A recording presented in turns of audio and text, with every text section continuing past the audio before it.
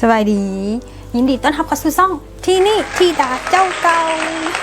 วันนี้สิอันเลิศแน่เพราะว่ามื้อนี้เฮาสิ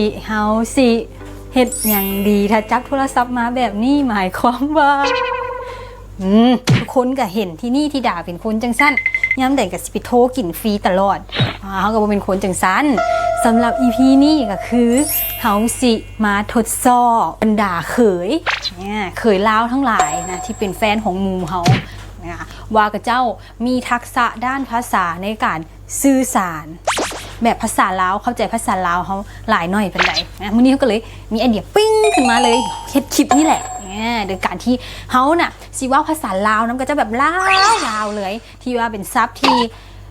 กระเจ้าบุญหาจะเคยได้ยินมาก่อนแต่ก็จะมีอาจจะมีบางคำที่ว่าบางทีก็จะลมน้ำกับแฟนกับเจ้าแล้วแฟนกับเจ้าสอนบอกอันนี้เขากับบุ้งแต่ว่าเป็นคำที่แบบว่าพื้นฐานที่ภาษาลาวแท้ๆเลยนะเดี๋ยวนี้เฮาสิมาทดสอบกันโดยที่ก่อนที่เฮาจะโทรไปหากับเจ้าเฮาสิโทรไปหากับเจ้าเนี่ยเฮาได้แต่งเรื่องขึ้นมาเรียบร้อยนี่แบบยาวๆเลยเห็นปะเขาแต่งเรื่องมาเรียบร้อยแล้วซึ่งว่าเรื่องที่เขาสิโทรไปปรึกษากับเจ้านี่มันเป็นเรื่องที่แต่งเอามันเป็นความจริงเลยแต่งเอาล้วนๆสิปรึกษาหมู่ผู้หนึ่งคนไทยเนาะเรื่องความหักเรื่องที่ผู้ใดกระตกมาตายเนาะเรื่องคนอื่นนี่เก่งแม้ว่าเรื่องตัวเองเอาบ่รอดเรื่องคนอื่นใส่สมองแต่เรื่องตัวเองน่ะใส่หัวใจนี่เดี๋ยวเขาสิปรึกษาหมู่ผู้หนึ่งคนไทยเนาะเรื่องความหักซึ่งว่าหมู่ผู้นี่พื้นฐานกับเจ้าจริงๆเนี่ยเป็นคนใต้เป็นคนจังหวัดกระบี่แต่ว่ากับเจ้ามาอาศัยอยู่ที่นครปฐมเขาสิว่าภาษาลาวนำกับเจ้าแบบปรึกษาเป็นภาษาลาวเลยเบิ่งดูว่าเจ้าสิตอบเฮามาตรงกับสิ่งที่เฮาเว้าไปหรือบอกก็จะมีความเข้าใจเฮาหลายปานใดโทรแหละฮัลโหลครับดาสบายดีกวางสบายดีกันนั่นแหละเฮ็ดจังไดเฮ็ดหยังอยู่ติ๊กนะเปิดเสียงก่อนได้ยินไหมครับ ก็โอเคอยู่คือด่าว่าหั่นแหละคิดบ่ตกคิดเป็นไรก็ที่บอกกวางไปนั่นละเรื่องความหักก็เลยอยากโทรมาปรึกษากวางมึงดูว่ากวางมีความคิดแบบใดก็คือว่าจังซี่เดือนแล้วนี่กับแบบไปล้มน้ำผู้นึงกับล้มกันแบบ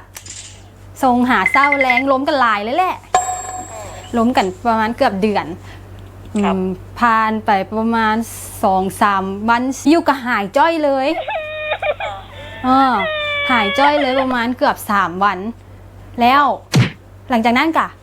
ทรงกลับมาหาด่า A few moments later บอกว่าบ่อยากล้มน้ำด่าต่อแล้วแล้วด่าก็เลยถามเหตุผลว่าเป็นอย่างคือบ่อยากล้มน้ำอย่างบ่มักอย่างบอลใดอย่างว่าหรือว่าเขาเฮ็ดอีหยังให้แบบรู้สึกบ่สบายใจวะเราก็บอกเหตุผลมาว่าดานะขี้ฝอยโพด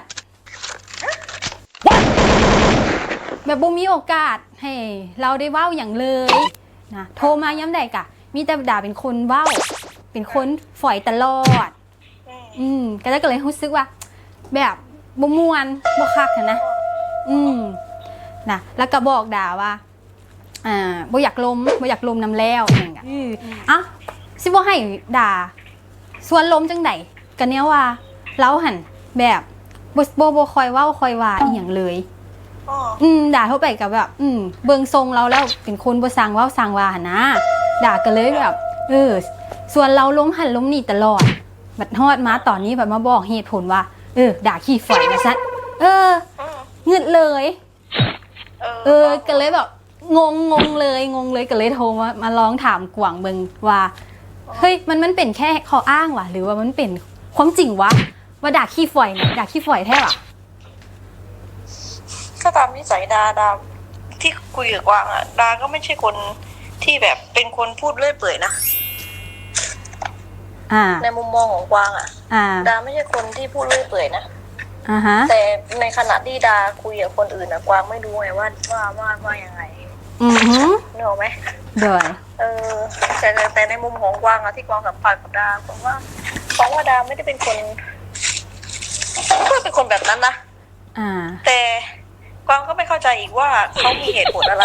คือก่อนหน้านี้ที่ดาคุยกับเขาอ่ะมันมีอะไรที่แบบเขาเรียกว่าไงจุดที่คุยกันอ่ะจุดที่คุยกันมันเริ่มต้นยังไงตอนแรกมันมีการตอบโต้ดีหรือว่าเขาเป็นฝ่ายฟังอย่างเดียวเลยไง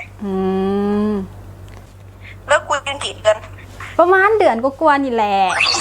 แค่เดือนกว่าๆเองเนี่ยนะเบื่อกันแล้วอ่ะด่าก็ว่าอยู่แบบว่าเหตุผลมันตลกอ่ะกวางว่าด่าขี้ฝอยเอาเหตุผลนี่มาว่าบ่มักบ่แม่นสเปคอีหยังเขาก็พอรับได้แม่นบ่อันนี้บอกว่าเขาขี้ฝอยด่าเป็นคนขี้ฝอยบนใดด่าบ่เข้าใจว่าด่าขี้ฝอยบนใดไม่น่าจะเกิดขึ้นกับดานะนั่นดีเนาะเขาเป็นแค่นั้นหรือเปล่ากวางหรือว่ากระเจ้าแค่บ่อยากลงน้ำเฮาต่อแล้วกระเจ้าก็แค่แบบว่าหาแนวมาเว้าอย่างวะแล้วอยู่ดีๆหายไป3 วันนี่คืออะไรอ่ะกับบ่ฮู้คือกันด่ากับบ่โทรหาเด้เพราะว่าส่งหาแล้วกับบ่ไม่ได้โทรหาเขาดาโทรไปแล้วเขาไม่รับบ่ด่ากะส่งข้อความไปแล้วบ่ตอบแล้วก็ด่าก็บ่ได้โทรหาเราก็บ่ได้ก็ฮู้อยู่ว่าเดือนนึงก็บ่ได้มีอีหยังแม่นบ่ล่ะแล้วกวางคิดว่าจังได๋แบบนี้เฮาต้องแบบว่าเขาเจ้าให้เหตุผลมาแบบนี้ล่ะแล้วเขาต้องเฮ็ดจังได๋คือเขาก็ปล่อยไปเนาะว่าเราพูดเยอะแล้วเขารำคาญเราหรอหรือไงก็ว่าซะแหละอย่างนั้นเหรอว่าขี้ข้านลมว่าซั่นว่าด่าขี้ฝอยคนละขี้ข้านลมว่าซั่นว่าซั่นบ้าจริงตลกกวางเดี๋ยวอันที่ด่าเว้าเป็นนี้นะกวางเสื้อว่าเป็นเรื่องแท้ว่ะอะไรเหรกวางเสื้อว่าเป็นเรื่องแท้ว่ะที่ด่าเว้าอยู่นี่แล้วมัน